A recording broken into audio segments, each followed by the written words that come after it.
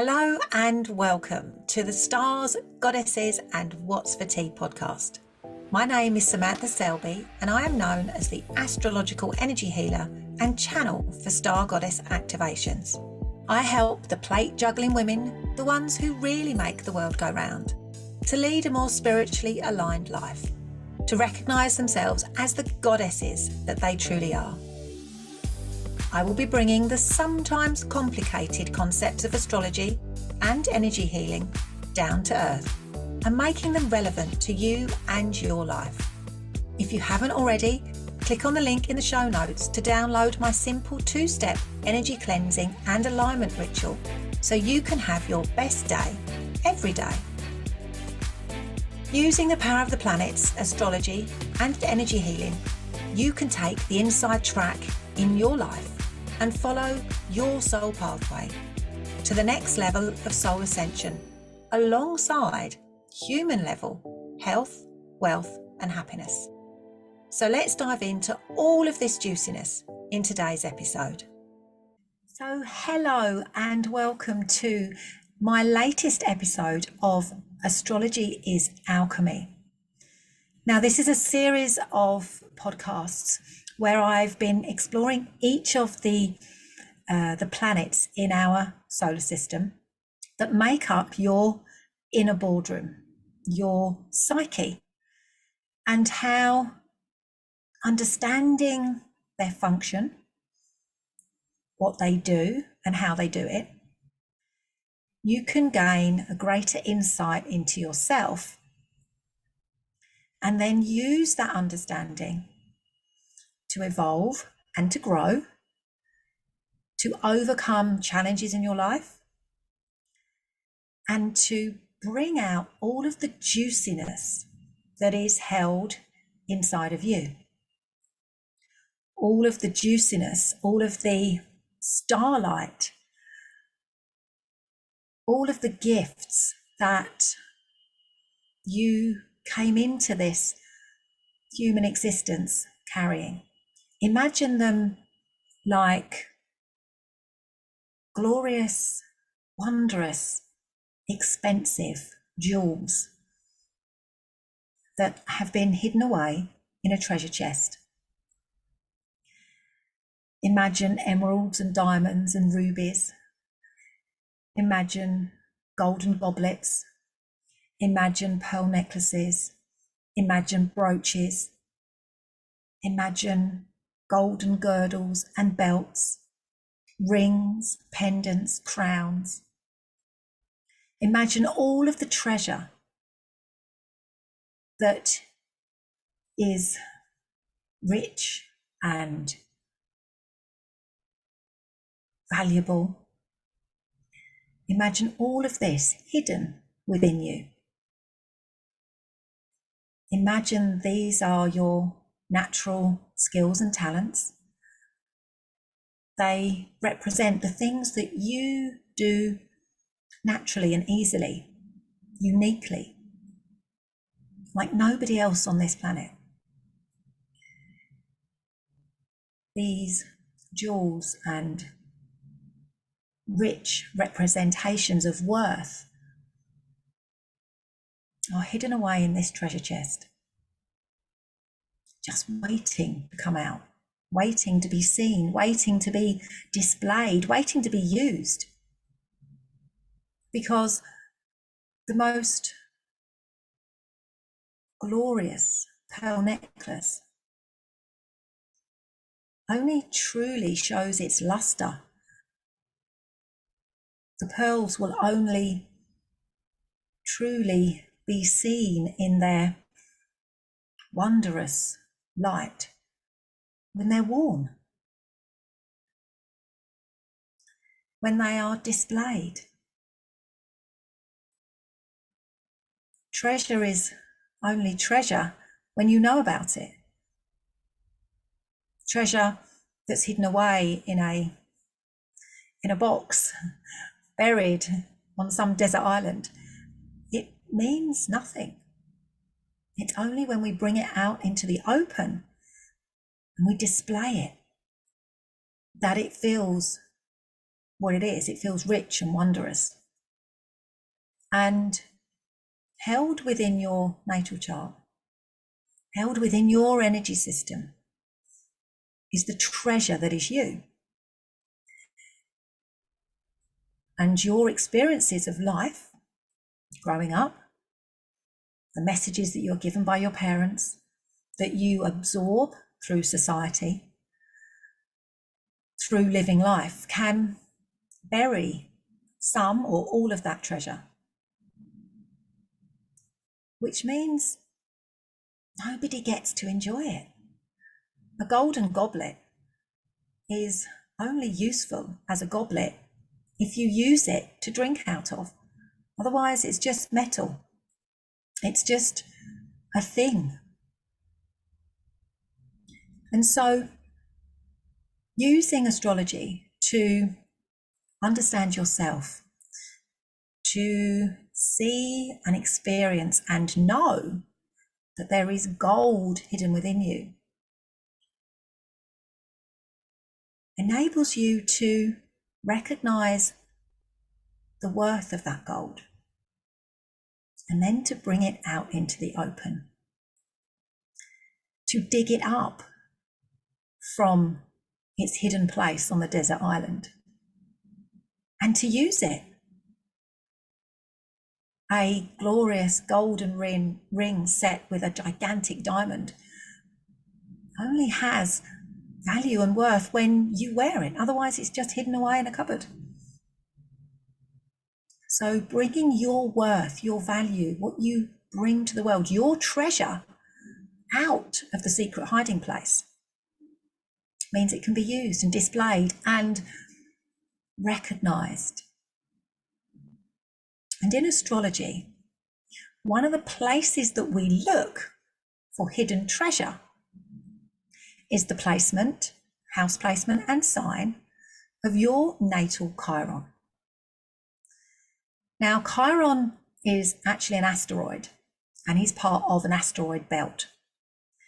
And what's really interesting about Chiron is how he came to be in existence in our solar system, circling around planet Earth and our sun. Because we've only been able to see Chiron through telescopes from very recent history, only a couple of 100 years ago. Chiron has been in existence for thousands of years. We just didn't know. We didn't know that Chiron existed. It doesn't mean he wasn't there. Very clever scientists have understood and have worked out, using lots of mathematics, that Chiron and the asteroids have actually originated in a very far distant part of our solar system. A place that is, it's called, what's the name of it? Come on, Sam, use your Mercury energy. It's from a place in the solar system that is very, very, very, very cold. It's very far away from the sun. So Chiron represents the frozen part of us, the part of us that froze in time and space when a trauma occurred. And this trauma, or traumas, created an energetic ouchiness. It created a sensitivity in our energy system that shut down a part of us. Imagine a part of you frozen in time and space that didn't evolve from that point, that stayed stuck at age 5, 10, age 12, age 22. And that part of you was frozen in time with the emotional maturity of that age, with the belief systems of that age, with the fears of that age. And what happens is that frozen part of you is still part of your inner boardroom. It's still part of you. But that frozen part of you can be activated The frozen part of you, imagine this as a frozen part of you, frozen, stuck at age 5. And sometimes that 5-year-old you sits at the head of the table and starts to run the show. Now, 5-year-olds, they're very good at some things. They're not so good at others. If you imagine your typical 5-year-old, they perhaps, sometimes that's when they start to decide they're not going to eat the foods that they've actually really enjoyed and eaten since they were first weaned. But they can all, their emotional maturity is that of a 5-year-old. So they get upset, they cry, they feel sad, alone and afraid. They perceive things and they react to situations entirely differently to a grown-up. So when your frozen part of you ends up sitting at the head of the table, your behaviour, your response to things can be very similar to a small child of 2, 3, 4, 5, 10, 17. The emotional response of a 15-year-old is very interesting. And sometimes when that part of us is in charge, we respond or react to life through the viewpoint of that teenager. And of course, that doesn't really create a very sometimes harmonious life. Your reactions are actually that of a teenager. It's quite hard to have a relationship with an emotional teenager. And sometimes that part of you can actually be in charge. Just think of times when you've slammed doors or you've cried or you felt as if everything is unfair and the world is against you. They are not grown up, emotionally mature thoughts. We still have them, if we're truly honest with ourselves. But these are the thoughts of the wounded child, the part of us that's been stuck in and frozen in all of time and space.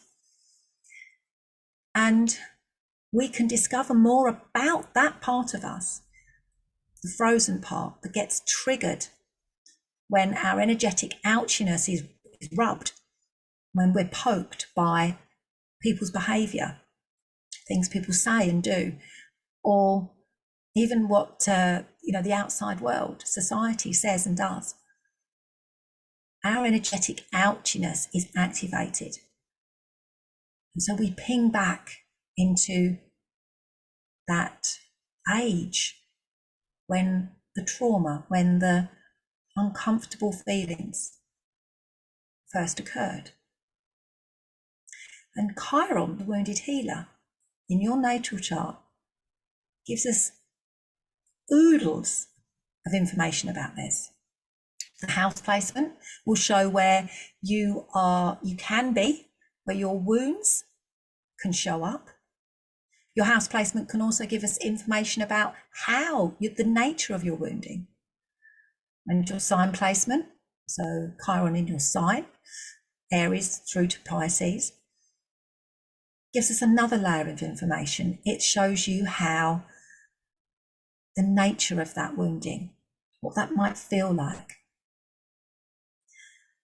And so when we explore this, when we look at the sign and house placement of your natal Chiron, it can show us the ouchiness, but it can also show us where you are destined to bring your gifts into play. Because on the other side of a wounding, there is always a gift. So, for example, the child that feels abandoned, the child that feels there is no support for them, can develop a very strong independent streak. I don't need anybody, I can do this myself. Because when I asked for support, it wasn't there. When I cried, nobody came. So I am going to be my own support system. And by being my own support system, I'm going to be very, very, very independent. And that small child may even be praised for that independence. Oh, look at you. You are so grown up. You can tie your shoelaces. Oh, look at you. You're so grown up. How many times have you praised a small child for being grown up? Oh, look at you. You can do it yourself. So the small child that became independent and responsible way before they had grown up is praised for that. So the feeling of independence becomes even more embedded. Yes, it is good for me to do things on my own without any support from anybody else. I can do this. So it becomes a gift. It becomes something to celebrate. That small child is rewarded. And when the small child goes out into the world, that reward continues. They can do things on their own. They don't need anybody else. Resilience, determination, pushing through. They don't need anybody else. They can do it themselves. So from that wounding becomes a gift.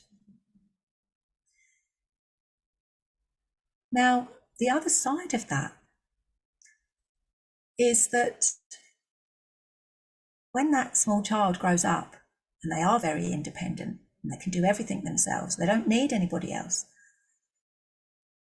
From that experience, when they were small and they reached out and they cried and they asked for support, but their perception is nobody came. Nobody heard their cry or acknowledged it.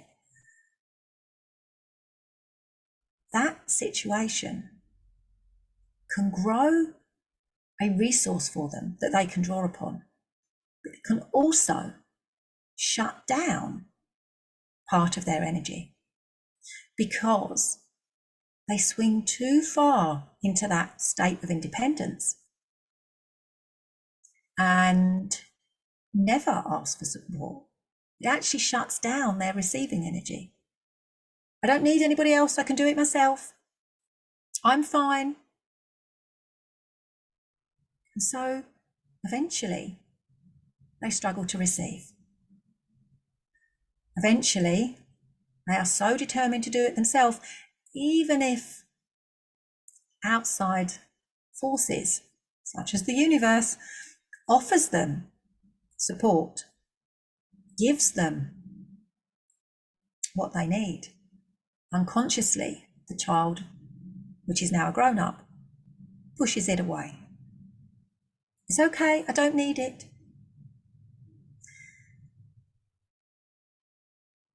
It shuts down their receiving energy because they are so independent, they don't need it.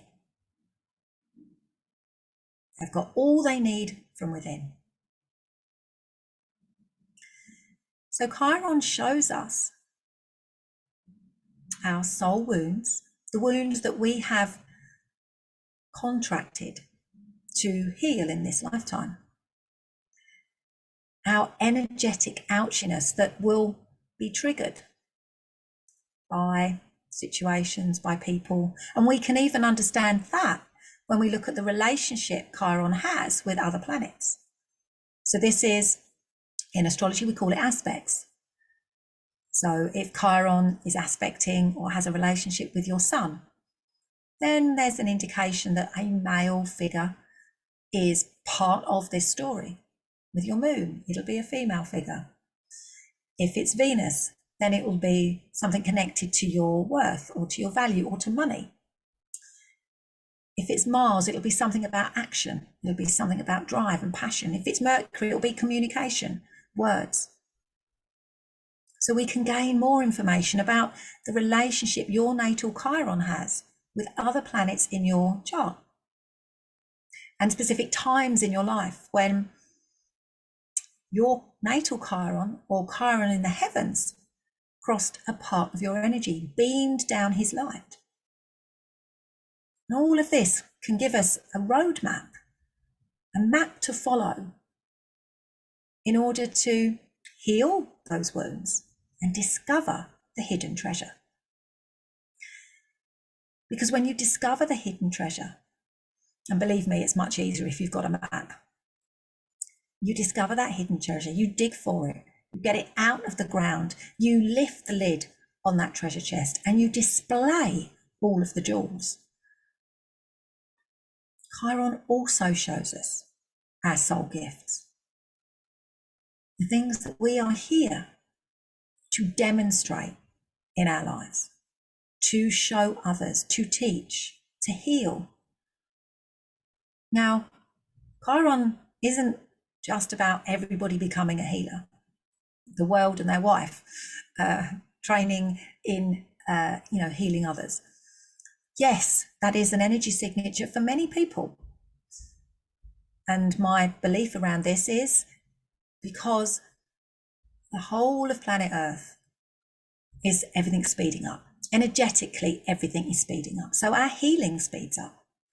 So we need more energies, more souls to support that, to hold space for all the souls to continue their healing journey and for this all to speed up.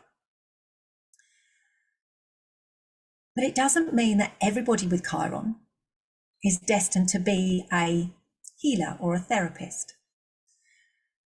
Someone with a Chiron placement in their 8th house or a money house in their 2nd house, again another money house, or aspected with Venus or in Taurus, then their story, their wounding can be around worthiness, receiving money, what they have.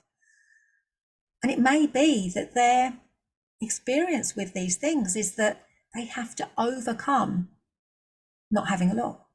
They have to heal their relationship with money and with worth. And that might happen by them receiving money, losing it. It might happen because they start off life very, very poor. Very poor. Maybe with no food on the table at all. And because in this lifetime they are here to heal their soul wounds around money, worth, possessions, what they have, they grow and evolve, and through their life experiences have an entirely different relationship with money. Now, this can mean that they perhaps build a big business or they start a project that distributes wealth. Now, they wouldn't in a conventional way be classed as a healer or a therapist. But what they do in their life becomes an inspiration for others. So their gift is delivered by their experiences with money and worth. It changes the experiences of others. And so their gifts, their ability to change the story of money, to manage money, are brought into the world. So there are many ways that your Chiron energy can show up, be activated, feel ouchy, when your inner wounded child jumps up and down and sits at the head of the table or sits under the table because she's hiding. So that can happen throughout your life. But it doesn't mean that you are destined to be a healer. What it does mean is that your Chiron journey, your story of Chiron, can mean that you show others by living your life how to handle that theme in a different way. It might be the public speaker that overcome their shyness and their stutter and their gift is to communicate. They bring the gift of communication to the world. It could be the writer who was told that or had dyslexia, and they overcome that wound, and then they become a fabulous communicator. They bring their gift to the world, but they're not a healer or a therapist. They are still acting out and following through on the soul contract and the soul healing that their Chiron placement offered. Now, Chiron, as I've said, is a journey. It is an experience, and we are supported in that in the movement of the planets in the heavens. So when your natal Chiron is activated by a transiting planet, it can either bring another layer of healing to your soul wounds. There are more than one. It's not one thing, it's an accumulation. So when a transiting planet aspects your natal Chiron, it can bring things up. You feel it as an energetic ouchiness. It hurts. We can also experience deep healing and an activation of your gifts. And all this depends on how your Chiron is aspected, what planets are involved. And we can see all of this studying your natal chart. And we can also see this happening when Chiron in the heavens aspects any of your planets in your chart. And again, it's a bringing to your awareness. Your energetic ouchiness is poked. Now, this will happen in your life anyway. That's what life is. We can speed this up. We can move all of this through. We can make it less ouchy when we use energy healing techniques, because the ouchiness will happen. It's what you do with that ouchiness, whether you sit in it, whether it stays sore. And it'll stay sore if you wallow in that feeling, in that emotion, in that whatever's been bubbled up, whatever's been poked for you. And this is why combining astrology with energy work is so powerful, because it speeds the whole thing up. The poke will happen. It's your response to that poke that changes how it impacts your life. So we have a Chiron return at the age of around about 50. And this is why, for many people, the last few years of our 40s is why they call it a midlife crisis. Because your Chiron, your wounds, your energetic ouchiness is being poked. So your stuff comes to the surface. And if you are oblivious to all of this, it can feel as if everything's coming to a head. All of the stuff. It can show up in the midlife crisis, where the 50-year-old man goes and buys a motorbike because he wants to recapture his youth. Or you leave your partner, or that job that satisfied you for years, it's like, I'm done with that. Changes can happen around this time because there's a feeling of this hurts and I'm not doing this anymore.